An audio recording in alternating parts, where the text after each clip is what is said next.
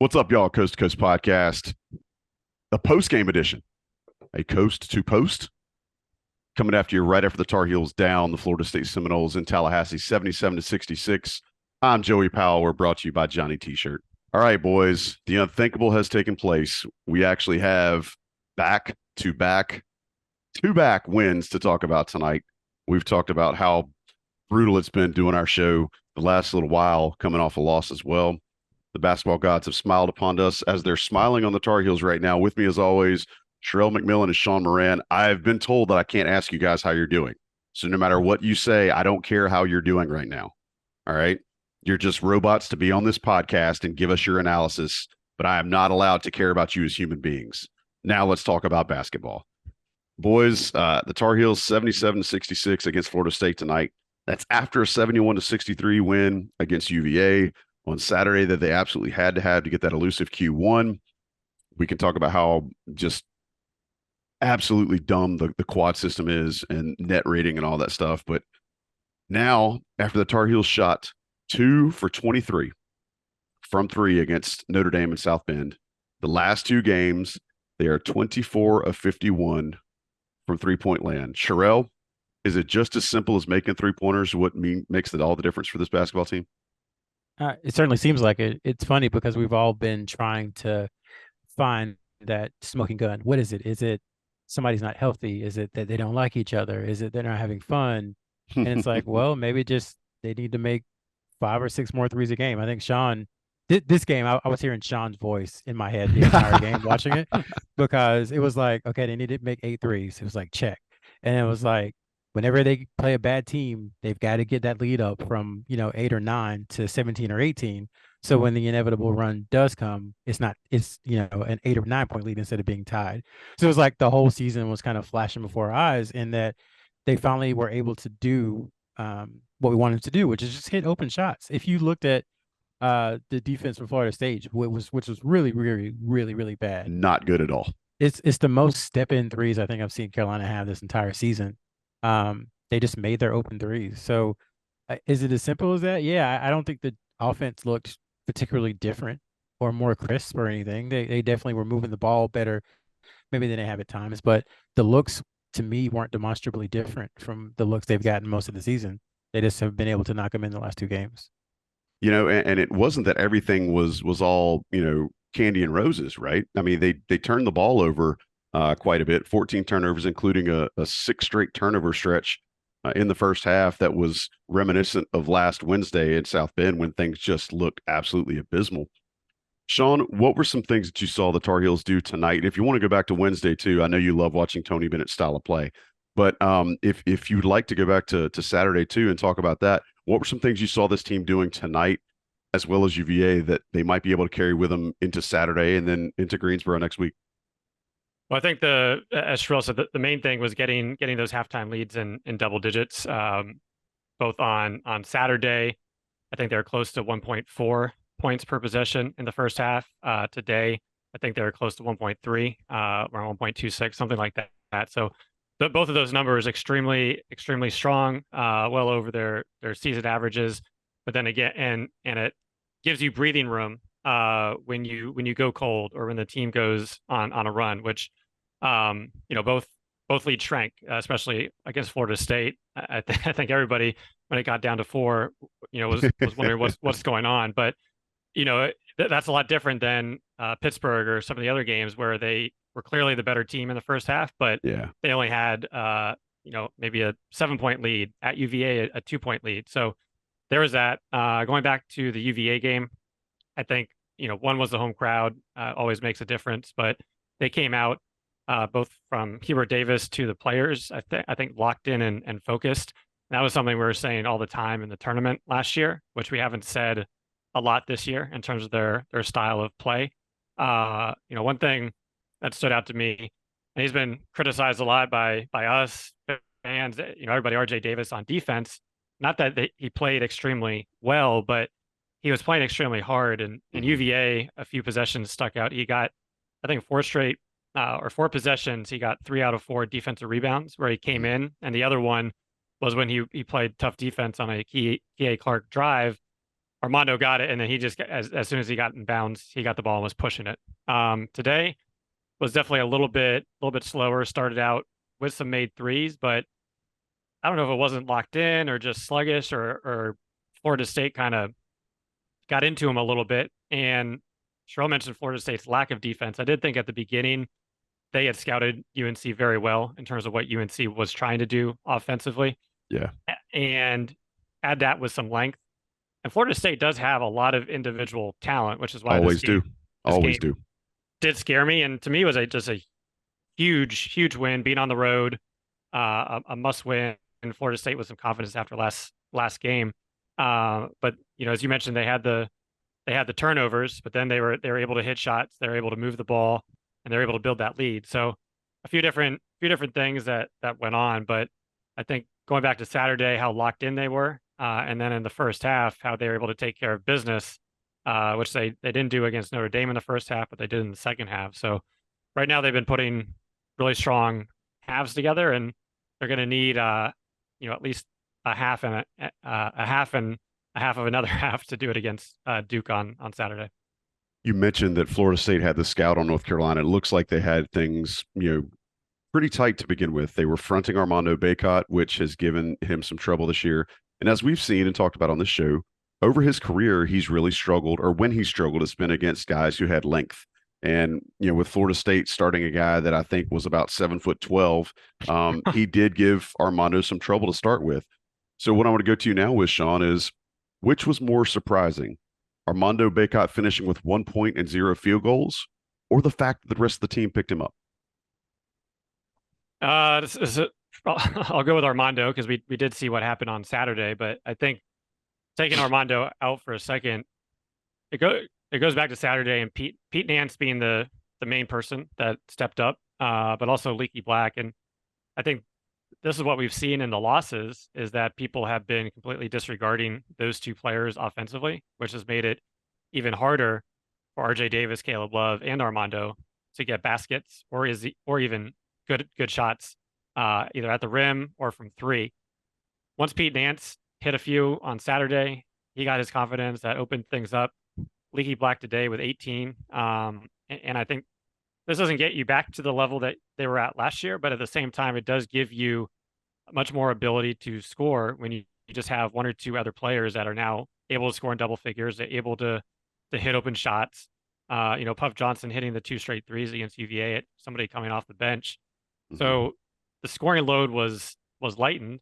I mean, you can go back to some of the tournament games last year where, Baylor, Caleb Love didn't have a great game. RJ Davis did, and they were kind of flip-flopping, but they were able to do that because you had Armando getting 20, Brady getting 20. Mm-hmm.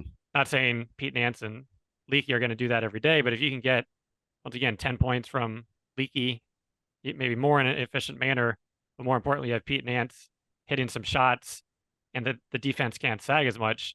I think that's the best thing for the team going forward. And I'd say the most surprising thing was Armando getting 1 point, but when you have that offset, it's not a deal breaker this time.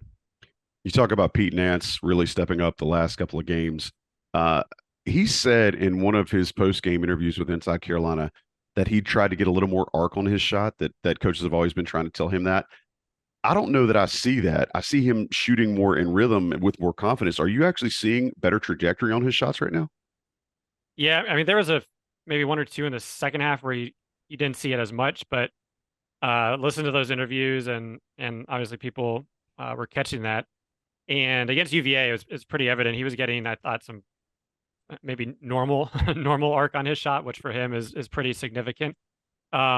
But you can go back even a few games where he was still missing, and he did have that arc. It was just that some of the shots were going in and out. Not all of them were online, but a lot of them were. They just weren't falling. And I think once you see one go in, then it just can make a world of a difference for a shooter. But I think that was a concern coming into the season, that you have this guy that shot 45%. It was on a decent sized volume, but wasn't overly aggressive. But you saw that line drive shot, and you wondered, can that stick?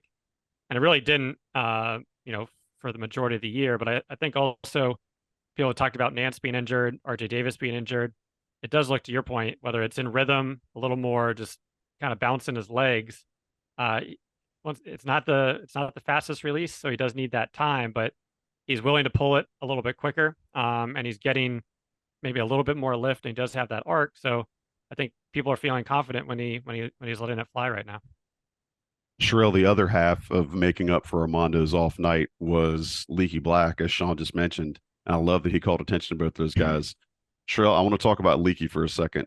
Rashawn Malik Black tonight did something that I think a lot of analysts and Tar Heel fans and people that have followed his game for a long time, not just in that dunk that he had when the game was on the line, where he basically just eviscerated half of Florida State's front line, but 18 points on 6 for 8 field goals, 3 for 4 from behind the arc, 9 rebounds, 3 assists, and 1 block. Before tonight, he's averaging 31% from behind the arc. He's averaging about 7.5 points, 6 rebounds a game, and almost 1 block shot. This is kind of the stat stuffer I think that people always saw Leaky Black becoming. I'm going to open it up to you. How do you feel seeing this as somebody who's covered Leaky for so long? And are you finally seeing? Yeah, I just called you old. Are you finally seeing some of the things that that may help to elevate this team if they want to make a run and get into the NCAA tournament? It's funny because that dunk is among probably the 5 most aggressive plays I've seen him make, and Ever. I've been covering him now for almost 8 years now since he committed to UNC. So yeah, it's been there. It's a mindset thing. And again, he's never going to be the guy who does this every single game. But I think he's showing now that he can do it. And part of it, I think, has been role. I don't know if his role was defined the first couple of years, exactly what was needed from him and expected from him. But I think when Hubert Davis arrived, his role became kind of crystal clear. It was, you are, the defensive stopper first and foremost, and then crash the boards. And then we needed you to make a corner three, every once in a while. Right now, he has the highest 3-point average on the team after this game. So, he's improved in that area. Still not great, but has gone from being among the worst ever at UNC to being solid. So I think that's a career arc and improvement. His passing numbers are all kind of down. I think that's because he's expending more energy on the defensive end, and he's definitely become a much better rebounder. But yes, the Swiss knife utility piece that you want on your team, that's what he's become. And I'm big on finality, and I think him and Pete Nance, you start to see it. Armando Bacot, if he wanted to, could come back. But for Pete Nance and Leaky Black, they know this is it. This is the end. And every year, it never fails. You start to see kind of that cream rise to the top as it gets towards the end of the season, because Pete Nance playing his best basketball when it's on the line. One more loss and basically Carolina's done. Leaky Black, same thing. He was a rebound away from 2 double-doubles in the last 3 games. He's been in double figures 2 of the last 3 games. He's hitting shots. He's playing good defense. So it's been great to watch. It's been fun to watch because both of these guys at some points in their career were very much maligned, and people wondered why they were in the lineup. So it's been fun to watch for them. And I think to Sean's point, if they can continue to knock down these open shots, it's going to help out a ton. Now, the rest of the team has to come along with them. And I think it was really fun to watch them pick up Armando Bacot, because for so much of the year, it's felt like he's carried the team. Yeah.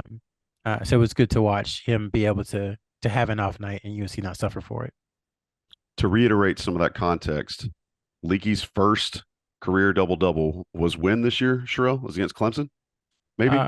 State or Clemson, one of those two, I think.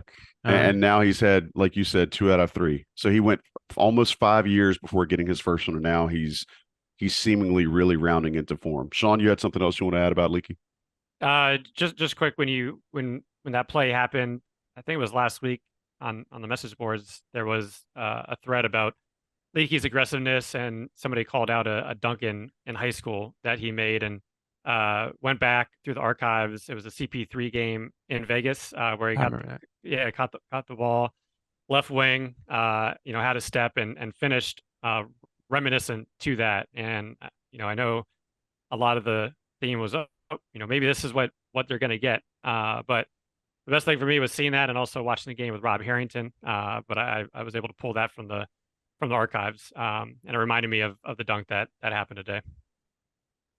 Yeah, so it looks like Joey, against Duke, he had 13 and 10. Mm-hmm. And then against Miami, he had 13 and 7. He had 9 and 8 against NC State. Then he had 13 and 11 against Notre Dame, and then he had 19 and 9 tonight. So definitely, you're starting to see an uptick over the last month or so in his numbers and his aggression. Love it when a plan comes together. Much like the tweet that I got this past week from somebody who finally got to use their Inside Carolina premium discount at Johnny T-shirt. How's that for a plan coming together? He said they'd been waiting a year to be able to use it in person and actually shot me a tweet to say, hey, got a chance to use it. Thanks for all the reads. And they were very happy. And Johnny T-shirt's very happy. And I tell you this because I want you, the listener, the viewer, to be happy too. Go check out Johnny T-shirt. Hit him up online. Baseball team had 2 tough losses this past weekend to East Carolina. The bullpen struggled after seeing some great starting pitching. But there's going to be more games in the Bosch this season. And you'll have a chance to go see the Diamond Heels if you so choose. So go to Johnny T-shirt while you're in town. If you're in town for a lacrosse match, men's or women's, men's or women's. If you're in town for a field hockey match, a lacrosse match, if you're in town for gymnastics, women's basketball just wrapped up their regular season, but they'll be playing the ACC tournament. The point is, Johnny T-shirt has gear for all of these teams. No matter which squad at UNC you root for, Johnny T-shirt will outfit you properly. You'll be looking all svelte, slim. You'll have the drip, as the kids say. So go to Johnny T-shirt, johnnytshirt.com. Use the aforementioned premium discounts you can find on the message boards at Inside Carolina. Get your extra 10% off. You'll be glad you did. Let the national guys drop some ads in here real quick. We'll come right back, talk a little bit more about Carolina's 3-game winning streak. Talk about, is the season still alive? We'll talk about Duke on Saturday. Coast to Coast post-game edition on InsideCarolina.com. What's up? Appreciate you sticking around. This is a post-game edition of the Coast to Coast podcast. Love that you're here. Love to see the Tar Heels winning for a change. 3 straight games at Notre Dame, at home against Virginia, getting that quad 1 that we talked about earlier, and then tonight beating the Seminoles of Florida State 77-66. All right, guys, we've tried to put an epitaph on the season a couple of times. The Tar Heels are still, with their proverbial backs against the wall, hanging on by a thread, depending on who you talk to. Got up to 19 wins tonight. They'll have a chance to go for that elusive 20th on Saturday, senior night, against their rivals from Durham. Sherell, I want to ask you, first off, how do you feel going into this second matchup against Duke? Again, Duke's playing a lot better. Lively has really kind of found his stride. Jeremy Roach is being the leader that you expected him to be. Duke playing much better, especially defensively. Tar Heels, can they keep this going? How do you feel like their prospects are going into this Saturday? Yeah, they certainly can. They just can't revert to some of the inconsistencies and mistakes that they've had throughout the season. Once they lost that game to, who was it? I mean, is NC State that they lost to, and then they went to Notre Dame. Once they lost the NC State game, I guess it was kind of like, well, they have to win out in the regular season, and they got to do some damage in Greensboro. So they've done, I would say, a fair job of making these, it's coach speak, but making these 1-game seasons where the biggest game of your life is Notre Dame, and then you beat Notre Dame. Yep. The biggest game of your life is UVA. You win that one game. 48 hours later, you're in Tallahassee. The biggest game of your life, you win that game. So now they've got 4 days to recalibrate and rest and get themselves together for an intense game on Saturday. I think I'll be curious to see how John Shire plays it. Obviously, they still have a game tomorrow, but with the way that North Carolina has shot lately, do you now, especially with having Derek Lively, who played so well defensively against UNC the first game, do you just kind of say, okay, Lively, handle Bacot and try to choke off shooters, or do you continue to double team Bacot and then, say if Carolina can make their shots, and so be it. So I do wonder if the last 2 games, will give that strategy some hesitation. And I do think that Bacot has to come up big. He's struggled the last 2 games, and he has a right to struggle. He's played really well this season, but he averages 31 and a half, almost 32 minutes per game, and he's played 45 minutes over the last 2 games, and he's going to have 4 days off. So he should be pretty well rested and pretty fresh come Saturday. So I think that's what I'm looking at is does this recent shooting outburst from UNC cause Duke to change the way it's going to try to handle Bacot? Sean, sitting here looking at Duke's schedule, they've won 4 in a row after dropping that game to Virginia in Charlottesville, which you could argue that game was gifted to Virginia the way the foul was legislated at the end of the match. But I'm sure none of our listeners are going to lose sleep over that. We saw UNC some in the game at Durham, excuse me, spam some of the high pick and roll stuff that seemed to give Duke a little bit of trouble. I do realize that when Derek Lively started kind of timing the blocks a little bit better on Armando Bacot, it made that harder to execute. But I want to ask you, now that UNC has kind of figured out this new show from Pete Nance off the high screen, do you think that gives them another weapon? Or is it just as simple as we started this show with, is if North Carolina makes shots against Duke, they probably have a better chance to win? Going back to the first game, Duke really followed Jeff Capel and Pittsburgh's strategy of just completely ignoring Nance and Leaky and really putting 2 defenders as safeties. So to Sherell's point, I think they're gonna have to respect Pete Nance just a little bit more, especially if he is operating from the high post, and I think there'll be some wrinkles to try to get Bacot some earlier and better looks. But I do like, in terms of what they've been, especially against UVA, Duke's not going to defend the pick and roll, obviously, like UVA or Miami did. But I think with Nance being more confident and being more aggressive, he can find the ball in that 15 to 17 foot range. I know he missed a jump shot today. So I think that's an avenue that could be worth exploring when he is in the game, depending on how Duke is running that pick and roll. But I think offensively, it's also going to come down to the guards. Can they get to the basket, and are they looking for cutters or open players, which didn't really happen in the first game. I'd say Armando down low and some others, but I think it's, can they get to the basket, and can they put pressure on Duke's defense to react? If they can, then they're going to continue to get open shots. I know Leaky had the open one in Durham that he missed, but I think you'll take that not time and time again, but you'll take that. I think you can get a lot of open looks just by penetration and Duke's over defending. Duke getting out 5 feet past the 3-point line. So it'll be interesting. I think both offensively and defensively. I think from UNC's perspective, defensively, going back to being locked in, I think that was what really caught my mind against UVA, or caught my attention against UVA, was sometimes they're switching, sometimes they're able to get through. Florida State, they knew which guys to go under, which guys to go over.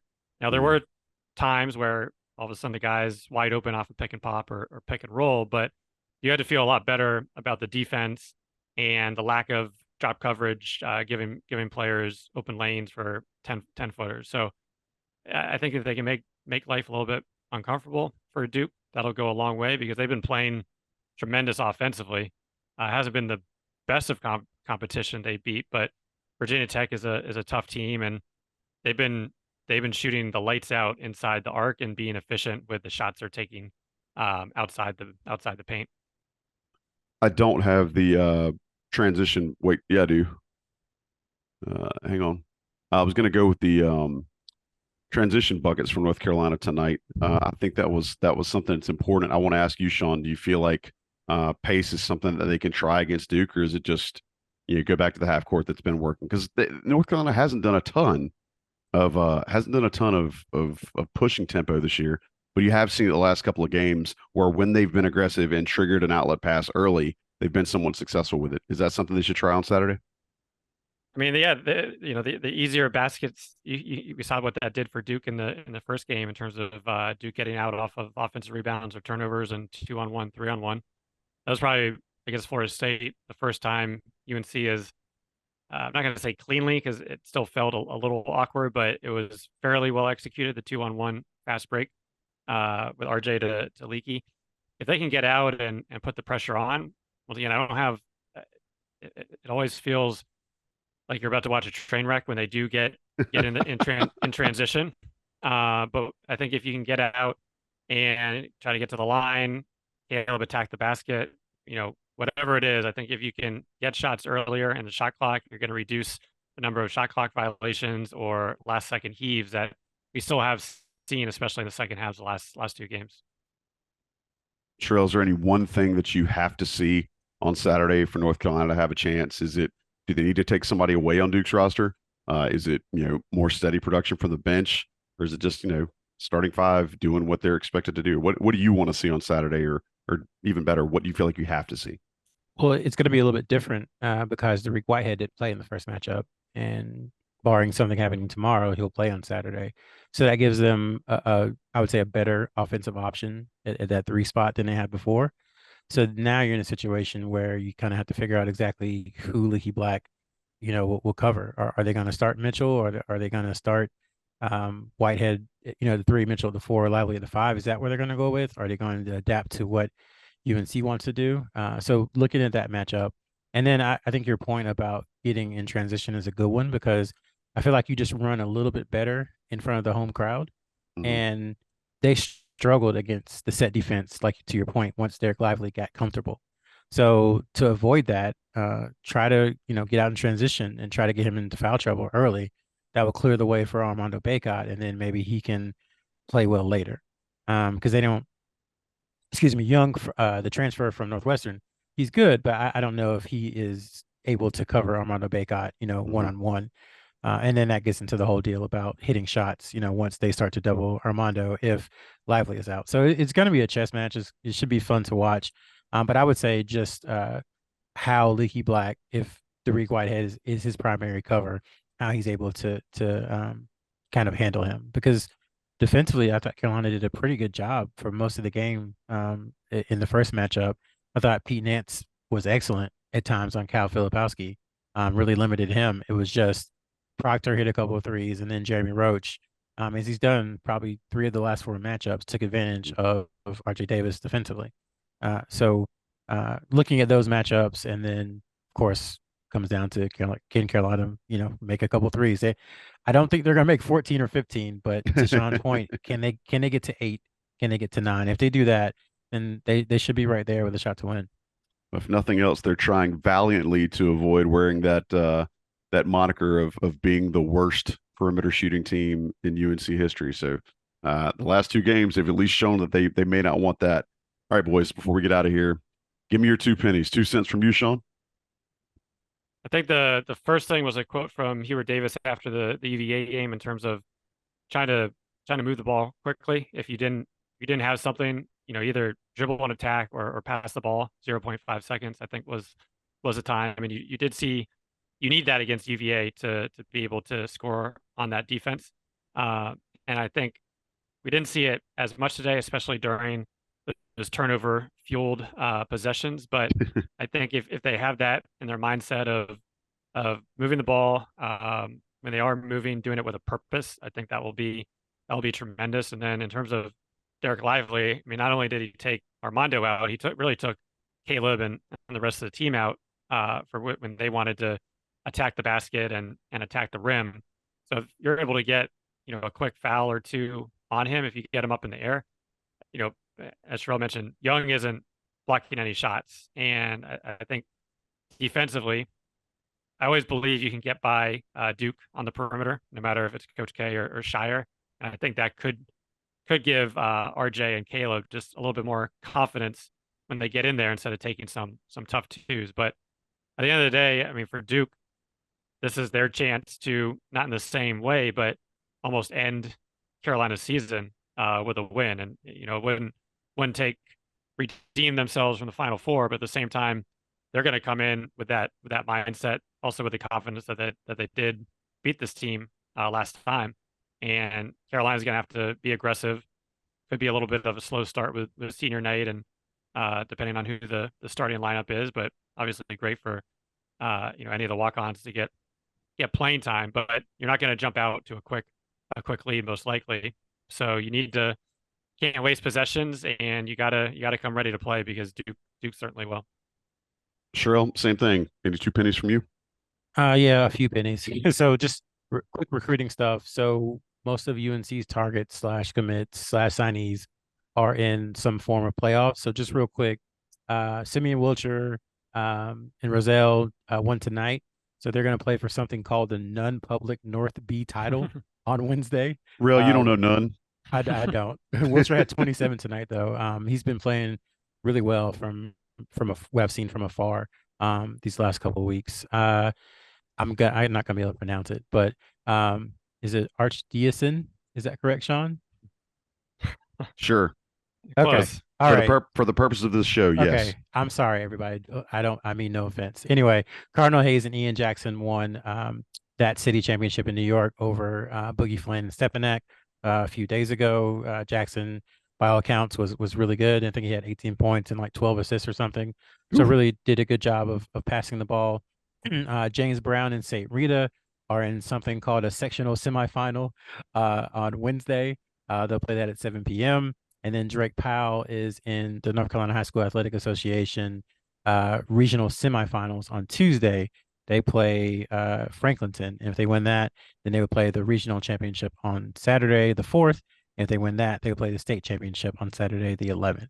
They are the number 1 seed in the eastern part of 3A. So they're the team that most people expect to be there. And then Zayden High and Elliott Cadeau, they are obviously at prep school, so they're getting ready for the Geico National, big tournament, which will be, I think, towards the end of March, early April. And also Cadeau played with the Sweden national team. The Sweden national team in World Cup qualifiers. And not to extend the show, but I know, Sean, you were following it a little bit. Did you see anything of note? Well, they lost a close one against Estonia. But I think, it was only 2 games, but the experience going against, especially the first game when they played Germany, pretty much every single player on that team played in the German BBL, which is the top league in Germany, which is, probably top 5 league overseas. And then even some guys that played in EuroLeague. So he only played about 7 minutes each game, but once again, just getting that experience is pretty rare for a U.S. player in high school to go through that. So we'll have a little bit more on that coming over the next few days. I mean, Andre 3000 is pretty good. So losing to Stankonia is not that much to shake your head at. One last penny. Yeah, go ahead. A well done shout out to Caleb Love, because we have killed him. People have killed him throughout the season for poor play, but I thought for the most part, there were obviously a couple of turnovers he'd like to have back. For the most part, you'll take 16 points on 12 shots from him. He also had 4 assists, and I'm sure there's a stat back there to back it up. But when he has 4 assists, I bet Carolina wins more often than not.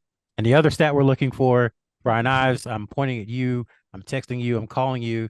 Answer the phone, Ives. Yeah, the last time a UNC team had 4 players make 3 or more threes in the same game. That's what happened tonight. RJ Davis made 3, Caleb Love made 3, Pete Nance made 3, and Leaky Black made 3. So if any enterprising investigator of basketball statistics wants to look that up and let us know in the morning, please do. Stat of the day. Hey man, that's a good one. I mean, we ruminated about that a little bit before we started, and neither of the 3 of us could come up with it. Sean suggested that it might be the Cam Johnson, Luke May team, and he may be there. I think you may have to go all the way back to like when Reggie Bullock was here, but who knows? So if anybody knows that, hit us up. We'd love to hear from you. But yeah, man, it's hard to believe after shooting like stormtroopers for the first half, basically the whole game against Notre Dame. The Tar Heels are now actually setting records. What you got? I got an answer. Brian Ives responded. Tonight was the first time it's happened since at least 1996-97. Woo! Wow. Hey, if you guys don't follow @AwayToWorthy on Twitter, Brian Ives, he's been on many IC shows before. Former IC intern, really, really sharp guy. Does a lot of work for ESPN. If you're not following him, I'm absolutely plugging for you to follow him on Twitter @AwayToWorthy. Shout out if you know where that comes from. Brian Ives, just absolute genius, and he posts some great stats after every game, one of which is what Sherell just shared.